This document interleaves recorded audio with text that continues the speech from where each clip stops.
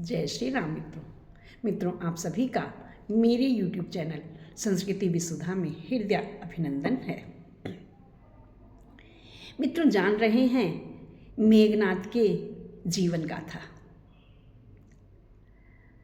पिछले वीडियो में जाना कि मेघनाद कौन सी देवी की आराधना करता था जिसके फलस्वरूप वह इतना पराक्रमी था, अजेय और अमर था। आइए जानते हैं कि मेघनाद था कौन। किंतु इसे जानने से पहले कृपया मेरे चैनल को लाइक, शेयर एंड सब्सक्राइब अवश्य कर दें। अगर ये आपको बहुत अच्छा और नवीन वृत्तांत लगता है तो अपने दोस्तों तक शेयर अवश्य करें। अपने धर्म का प्रचार अवश्य करें। इस प्रकार करके भगवत भक्ति में अपना सहयोग प्रदान करें। मित्रों, मेघनाद लंकापति रावण का सबसे बड़ा पुत्र व लंका का युवराज था। रावण बहुत प्रकांड विद्वान था। जब उसके मन में पुत्र प्राप्ति की लालसा हुई तो उसने यह ठाना कि उसका पुत्र उससे भी अधिक कहीं पराक्रमी और प्रकांड विद्वान हो। इस प्रकार वह मेघनाद को या अपने पुत्र को सबसे ज़्यादा शक्तिशाली व अजर अमर बनाने की कामना को लेकर उसने उसके जन्म के समय सभी देवताओं को ये आदेश दिया कि सभी देवता 11वें घर में मौजूद रहेंगे। 11वां घर बहुत शुभ होता है, कोई उस व्यक्ति को पराजित नहीं कर सकता है। सभी एक साथ, कोई किसी पर कोई दृष्टि नहीं डालेगा। तो 11वें घर में मौजूद रहने के लिए या उपस्थित रहने के लिए कहा। मित्रों, ऐसा भी जानते हैं कि नवग्रह उसके दरबार पे हाथ जोड़कर खड़े रहते थे। सूर्य और चंद्रमा को तो बुरी तरह से डांट दिया करता था। दिनेश जाहि दूरी बैठ नारद आदि संग में। सूर्य चंद्रमा चूंकि इनका स्थान ऊंचा है, ऊंचे स्थान पे बैठते तो कहते था जाओ यहाँ से दूर बैठो, नारद वगैरह जहाँ बैठे हैं ना वहीं जाकर बैठो।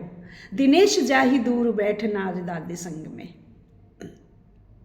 और इस प्रकार मित्रों सभी देवता उसके सामने हाथ जोड़कर नतमस्तक होकर खड़े रहते थे। किंतु शनिदेव ने रावण की बात नहीं मानी। वह 11वें घर में नहीं रहे और 12वें घर में जाकर बैठ गए। 12वां घर हमारे लिए बहुत ही ज़्यादा हानिकारक होता है, जैसे बाधाएं लाना, मृत्यु का भय सताना, इस तरह से वहाँ बैठ गया जाके। कहा जाता है कि रावण ने शनिदेव को सांकल में बांधकर अपने पैरों के नीचे डाल रखा था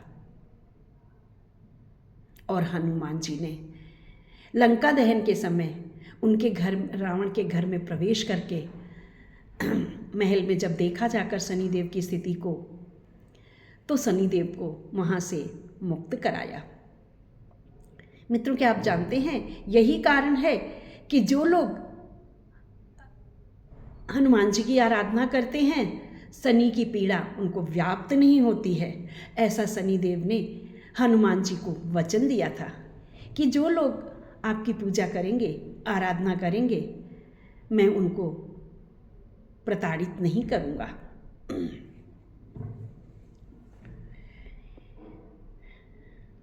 और शनिदेव ने ऐसा इसलिए किया था, मना इसलिए किया था रावण को, ताकि मेघनाद अजर अमर ना हो सके।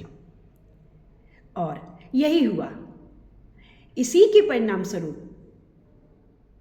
युद्ध में लक्ष्मण ने उसका सिर धड़ से अलग कर दिया और उसका सिर जब रावण की गोद में जाकर गिरा तो रावण अत्यंत विक्षिप्त हो गया। मंदोदरी ने उस रावण को धिक्कारते हुए कहा, अब भी संभल जाओ प्राणनाथ, राम कोई साधारण मानव नहीं है जिनसे आप विद्रोह कर रहे हैं, जिनसे आप विमुख हो गए हैं। अरे वह तो भगवान है, भगवान। चलो सीता को वापस करके उनकी शरण में चलते हैं। लेकिन रावण ने अपने अहंकार के कारण, अपनी शक्ति के घमंड में युद्ध में पीछे मुड़ने से इनकार कर दिया। क्योंकि मित्रों जानते हैं ना, विनाश काले विपरीत बुद्धि।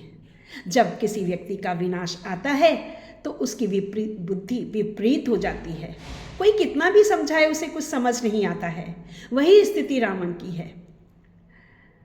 मंदोदरी बार बार समझा रही है, बार बार उसके से अनुनय विनय कर रही है और कहती है,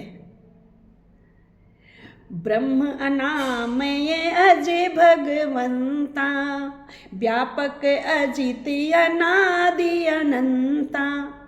अरे श्री राम तो ब्रह्म हैं, अनामय हैं, अज हैं, अजर अमर हैं, भगवान हैं, व्यापक है, पूरे संसार में वो व्याप्त हैं, कण कण में वो व्याप्त हैं और अजित हैं, उन्हें कोई जीत नहीं सकता। अनादि हैं, उनका ना आदि है ना अंत है। हे प्राणनाथ, इसलिए उनकी शरण में चलो। लेकिन रावण नहीं मानता है। मित्रों आइए जानते हैं अपने अगले वीडियो में कि आगे किस प्रकार से युद्ध हो रहा है और युद्ध का जो परिणाम है वह क्या होता है। बने रहिएगा मेरे साथ। इसी श्रृंखला में जुड़ते हुए आप सभी कमेंट बॉक्स में जय श्री राम अवश्य लिखेंगे तथा मेरे चैनल को लाइक शेयर एंड सब्सक्राइब अवश्य करें। बोलो राजा रामचंद्र की जय।